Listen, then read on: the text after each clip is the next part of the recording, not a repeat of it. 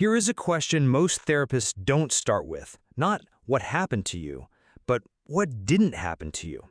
Because there is a category of damage that leaves no bruises, no clear villain, no obvious moment to point to. It's the damage of absence. The hug that never came.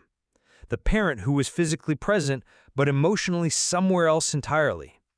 Neuroscience calls it something more precise than a difficult childhood. A structural alteration to the brain. Not a metaphor, an actual measurable documented change to the physical architecture of who you became. The brain at birth is about 25% of its adult size. By age 5, it reaches 90%.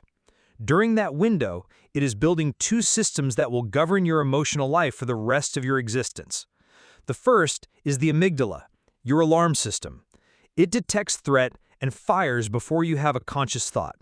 About 200 milliseconds before you are aware of being afraid, the amygdala has already decided. The second is the prefrontal cortex, the regulator.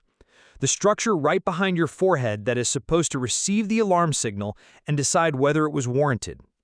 These two structures develop in balance only when a safe adult is consistently present. When a baby cries and a parent comes, not every time, but reliably, the nervous system learns something fundamental.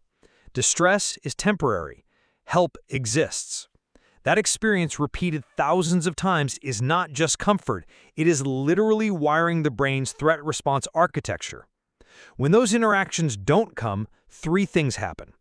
The hippocampus, critical to stress regulation, shows measurably reduced volume in children raised without emotional attunement.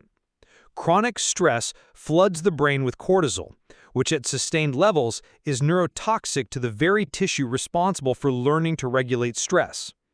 The amygdala becomes chronically over-sensitized. It fires at lower thresholds, stays activated longer, returns to baseline more slowly. A slightly sharp tone from someone you love triggers what feels like an existential threat, because the alarm was calibrated in an environment that no longer exists. And the prefrontal cortex never fully develops its regulatory capacity. The regulator is under-resourced from the start. The result is an adult running yesterday's survival software on today's life. Here is what matters most. The brain is not static. Neuroplasticity doesn't stop in childhood. The hippocampus can regenerate tissue. The amygdala PFC circuit can be reshaped. These patterns are not personality, they are adaptations. And adaptations, unlike injuries, can adapt again.